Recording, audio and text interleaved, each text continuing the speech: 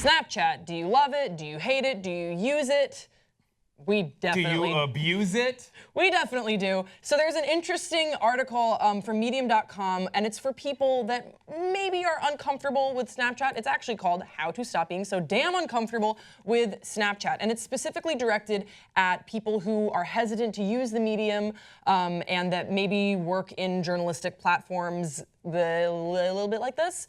And I wanted to have a discussion with Hassan about it. How do we use Snapchat? What are some of the favorite features of Snapchat? Because I think that, I actually think this is a tool for our generation that is really useful. And it's showed me whole new perspectives. Like Grace can be a dog now, guys. And that's important. No, but okay, yes, so the filters are one thing, and that's something that they talk about in this article, but another thing that they point out, and I would really urge you guys, if you don't have Snapchat, to check out things like Discovery Channel on Snapchat. You can go to Mount Everest on Snapchat, NASA on Snapchat. So these are some of the different platforms that Snapchat has started to develop, and I wanted to talk to you about it, because do you think that we are gonna start seeing a new wave of people using Snapchat as a tool rather than just dog selfies?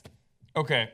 So, not that dog selfies are wrong, by the way. I have a lot of thoughts on this subject. Okay. So, originally, the idea behind why social media platforms start is because, like for Instagram, for example, it was an outlet for us to see the real lives of celebrities, right? Or the real lives of people through photos, because it was very hard at the time to doctor certain things. Like, at the time when Instagram was first launching, it was like you just put up a photo, you know what I mean, off of your phone. Mm-hmm.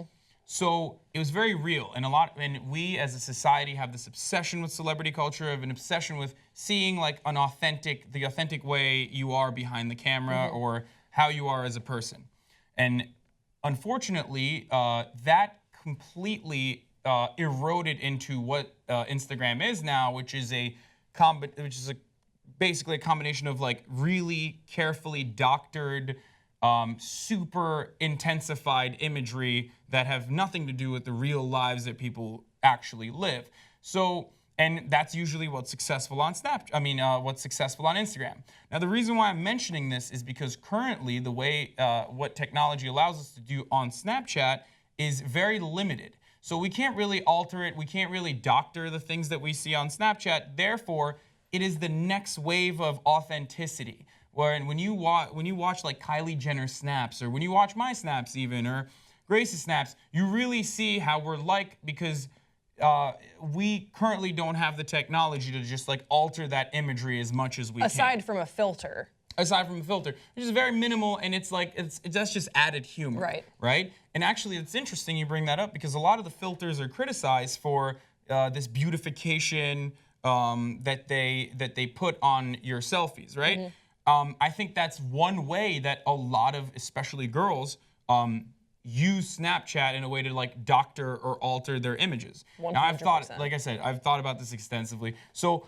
I think that in that way, Snapchat is very interesting. I'm also interested to see what happens as far as like technological advances. How will we alter and change the way we upload content onto Snapchat? As soon as the platform allows for outside like third-party uploading, the game is going to be changed significantly. Currently, it's iOS and Android only, where you just like point and click the things, and you're very limited in what you can upload onto your daily feed. Mm-hmm.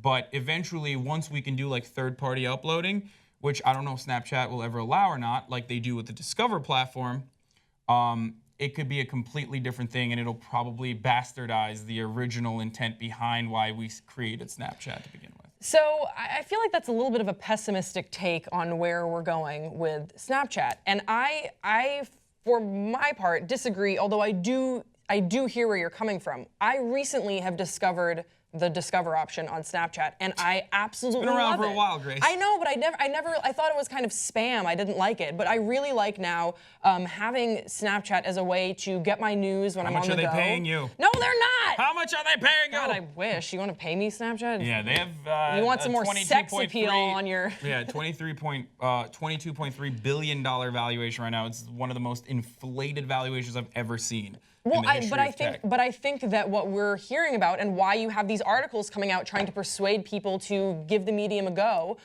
is because Snapchat is doing a very aggressive PR push to get more active usership because Instagram now has 500 million active users. That number is insane. It's such a large. But Hassan, think about it. There's no other place, unless you're logging on to your computer, sitting down, really plugging yourself in. I love that I can be sitting in my car in a traffic jam, not in the passenger seat, not driving, Allegedly. and I can look at what's going on Mount Everest. Like that, I was talking to Amir about that 2 days ago, and it just blew my mind. Grace really likes I love mountains. That's the fucking moral of this story. That's okay? what sold me on Snapchat. She loves like Everest. I'm on board. And I also love that you can tease things to people and it's less permanent. For example, Grace teases me all the time on Snapchat. It's very weird. I tell her, stop, Grace. Stop teasing me. Like the other day, I got another tattoo and I was able to like tease it a little bit to some of my friends. So hard.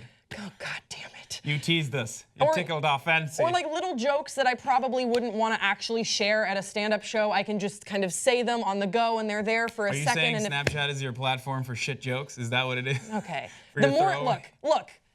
Whose side are you on, guys? In the comment section below, we want to hear from you. Do you love Snapchat? Do you hate it? Are you excited to see where it's going to go? Do you think that it shouldn't be worth the $1.2 billion? No, $22.3 billion valuation. $22.3 billion. Also, follow us on Snapchat. Me at Big Haas. I don't know what Grace's Snapchat is. It's GBaldridge14 because that was my high school basketball number, and that's when I peaked. We'll see you next time on Pop Trigger.